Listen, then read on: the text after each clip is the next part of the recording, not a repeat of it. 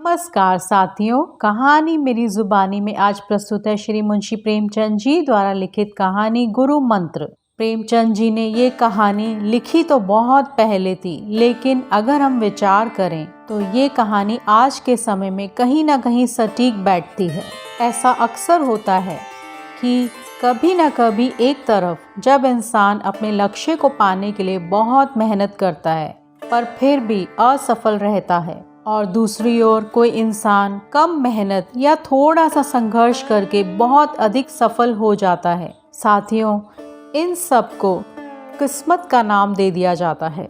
फिर भी यहाँ एक बात पर ध्यान देना बहुत ज़रूरी है कि जिस फील्ड यानी विषय में हमारी रुचि हो, हमें कोशिश करनी चाहिए कि उसी में ही हम अपना करियर बनाएं, क्योंकि सफलता हासिल करने के लिए जब भी कोई कार्य किया जाता है, अगर उस कार्य या उस करियर में आपकी रुचि है तो सफलता मिलने के चांसेस बढ़ जाते हैं। और अगर किसी कारणवश आपको कि जब आप दूसरा व्यवसाय या दूसरी नौकरी ढूंढते हैं, तब भी आपको यही कोशिश करनी चाहिए कि आप अपनी रुचि का विषय चुनें। ये कहानी दो पंडित मित्रों की है। एक है पंडित चिंतामणि जी और दूसरे हैं पंडित मोटे राम शास्त्री जी। तो आइए सुनते हैं ये कहानी, जिसका नाम है गुरु मंत्र। घर के कलह और निमंत्रणों के अभाव से पंडित चिंतामणि जी के चित्त में वैराग्य उत्पन्न हुआ और उन्होंने संन्यास ले लिया। तो उनके परम मित्र पंडित मोटे राम शास्त्री जी ने उपदेश दिया, मित्र, हमारा अच्छे अच्छे साधु महात्माओं से सत्संग रहा है।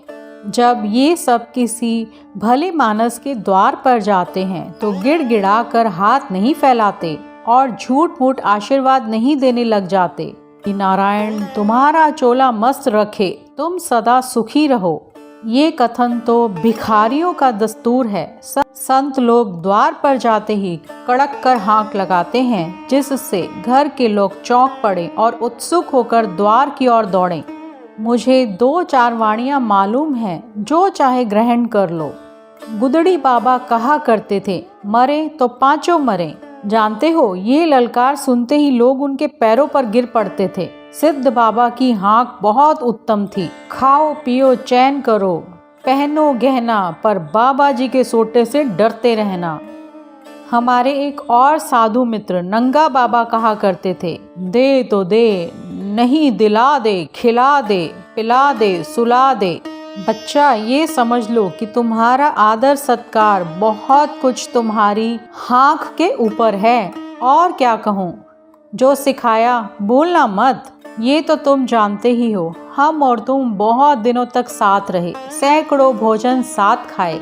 याद है, जिस निवेते में मैं और तुम पहुँचते थे तो लाग डांट से 1-2 पत्तल और उड़ा लेते थे। तुम्हारे बिना अब मेरा रंग ना जमेगा। ईश्वर तुम्हें सदा सुगंधित वस्तु दिखाए। क्योंकि चिंतामणि अब पंडित से साधु बनना चाहते थे, संत बनना चाहते थे, पर चिंतामणि को इन वाणियों में से एक भी पसंद ना आई। बोले, मेरे लिए कोई अच्छी वाणी सोचो। मोटे राम जी फिर उनको सिखाने लगे, अच्छा, ये वाणी कैसी है कि ना दोगे तो हम चढ़ बैठेंगे। चिंतामणि, हाँ, ये मुझे पसंद है, तुम्हारी आज्ञा हो तो इसमें काट छाट करूं। मोटे राम शास्त्री जी, हाँ हाँ करो। चिंता, अच्छा, तो इसे इस तरह रखो, ना देगा तो हम चढ़ बैठेंगे। मोटे राम उछल कर, नारायण जानता है, ये वाणी अपने रंग में निराली है। भक्ति ने तुम्हारी बुद्धि को चमका दिया है। भला एक बार ललकार कर कहो तो देखे कैसे कहते हो। चिंतामणि ने दोनों कान उंगलियों से बंद कर लिए और अपनी पूरी शक्ति से चिल्ला कर बोले, ना देगा तो चढ़ बैठूंगा। ये नाद ऐसा आकाश भेदी था कि मोटे राम भी सहसा चौंक पड़े। चमगादड़ घबराकर वृक्षों से उड़ गए, कुत्ते भौंकने लगे। ये सुनकर पंडित मोटे राम शास्त्री जी बोले, मित्र, तुम्हारी वाणी सुनकर मेरा तो कलेजा कांप उठा। ऐसी ललकार कहीं सुनने में ना आई। तुम तो सिंह की भांति गरजते हो। वाणी तो निश्चित हो गई, अब कुछ दूसरी बातें बताता हूँ, कान देकर सुनो। साधुओं की भाषा हमारी बोलचाल से थोड़ा अलग होती है। हम किसी को आप कहते हैं, किसी को तुम। साधु लोग छोटे बड़े, अमीर गरीब, बूढ़े जवान सबको तू कहकर पुकारते हैं। माई और बाबा का सदैव उचित व्यवहार करते रहना। ये भी याद रखो कि सादी हिंदी कभी मत बोलना, नहीं तो मरम खुल जाएगा। थोड़ी टेढ़ी हिंदी बोलना। ये कहना कि माई मुझको कुछ खिला दे, साधु जनों की भाषा में ठीक नहीं है।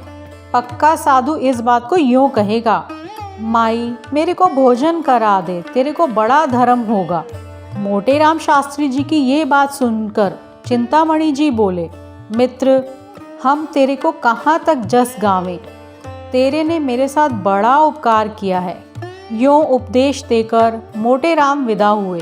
चिंतामणि जी आगे बढ़े तो क्या देखते हैं कि एक गांजे भांग की दुकान के सामने कई जटाधारी महात्मा बैठे हुए गांजे के दम लगा रहे हैं।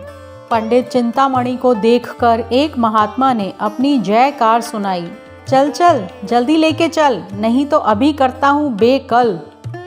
फिर चिंतामणि जी की ओर देखकर एक दूसरे साधु ने कड़क कर कहा, अरा रा रा धम आ गए हम, अरा रा रा धम आ पहुँचे हम, अब क्या है गम। अभी ये कड़का आकाश में गूंज ही रहा था कि तीसरे महात्मा ने गरज कर अपनी वाणी सुनाई, देश बंगाला जिसको देखा ना भाला, चटपट भर दे प्याला। ये सब सुनकर चिंतामणि से भी रहा ना गया। उन्होंने भी कड़क कर कहा, ना देगा तो चिढ़ बैठूंगा। सुनते ही साधु जन ने चिंतामणि जी का सादर अभिवादन किया। क्षण गांजे की चिलम भरी गई और उसे सुलगाने का भार पंडित जी पर पड़ा। बेचारे असमंजस में पड़े। सोचा अगर चिलम नहीं लेता अभी के अभी सारी कलाई खुल जाएगी। विवश होकर चिल्लम ले ली। तो जिसने कभी गांजा ना पिया हो वह बहुत चेष्टा करने पर भी दम नहीं लगा सकता।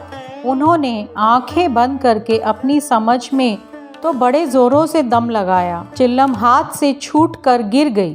आंखें निकल आईं, मुंह से फिचकुर निकल आया, मगर ना तो मुंह से धुएं के बादल निकले ना चिल्लम सुलगी। उनका यह कच्चापन उन्हें साधु समाज से अलग करने के लिए काफ़ी था। 2-3 साधु झल्ला कर आगे बढ़े और बड़ी निर्दयता से उनका हाथ पकड़कर उठा दिया। एक महात्मा, तेरे को धिक्कार है। फिर दूसरे महात्मा बोले, तेरे को लाज नहीं आती, साधु बना है मूर्ख। ये सुनकर पंडित जी लज्जित होकर समीप की एक हलवाई की दुकान के सामने जाकर बैठे और साधु समाज ने खंजड़ी बजा बजा कर ये भजन गाना शुरू कर दिया। माया है संसार सवलिया, माया है संसार, धर्मा धर्म सभी कुछ मिथ्या, यही ज्ञान व्यवहार, सवलिया माया है संसार, गांजे भंग को वर्जित करते हैं उन पर धिक्कार, सवलिया माया है संसार। कहानी सुनने के लिए आपका धन्यवाद। आपका दिन शुभ हो।